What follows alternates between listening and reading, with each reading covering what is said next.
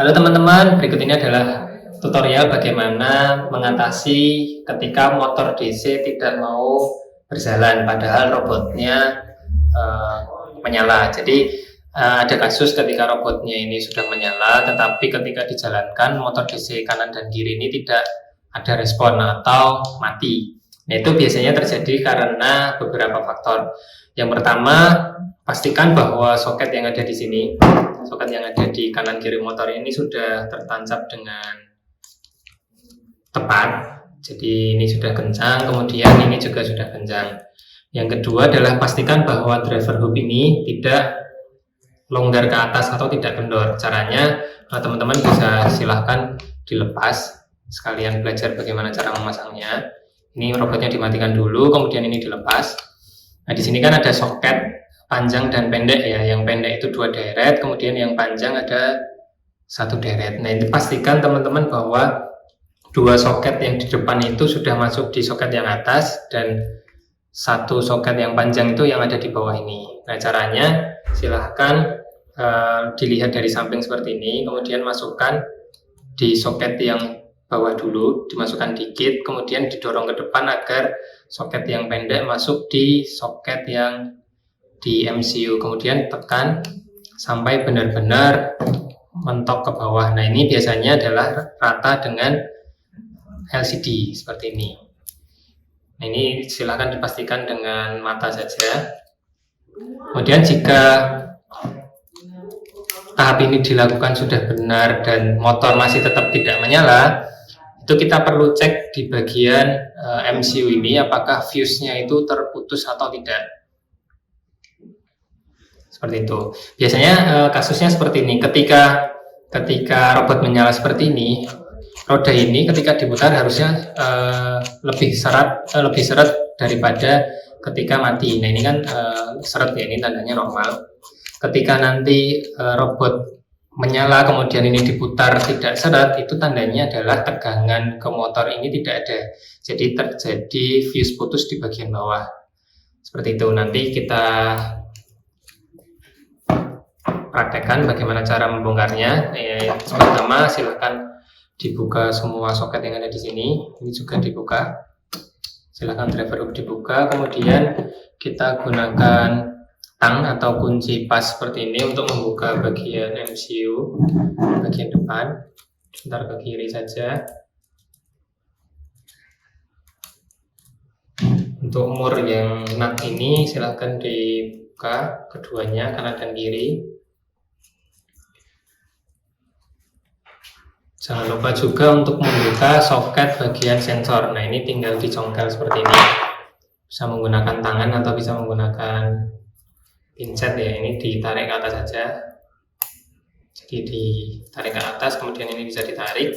Setelah itu kita buka di bagian baut yang di sebelah kanan dan kiri. Ini bisa dibuka.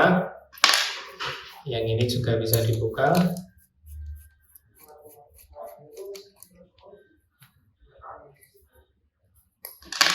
Kemudian ini bisa diambil modul dari MCU-nya.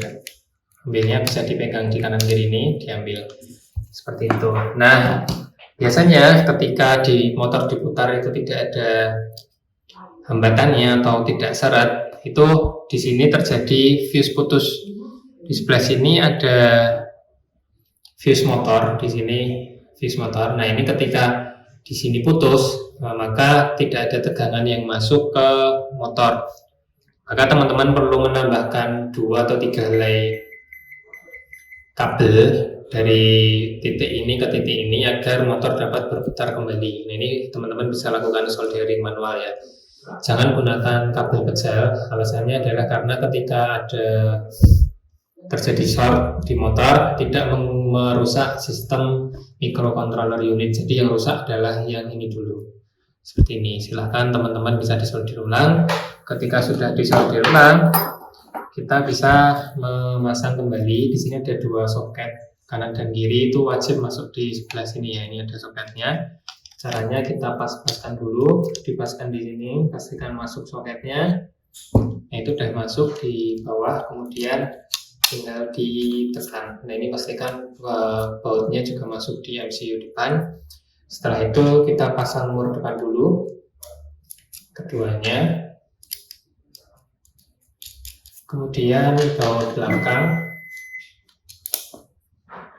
ini ditaruh dulu, nanti kita putar menggunakan kunci L 2 mili.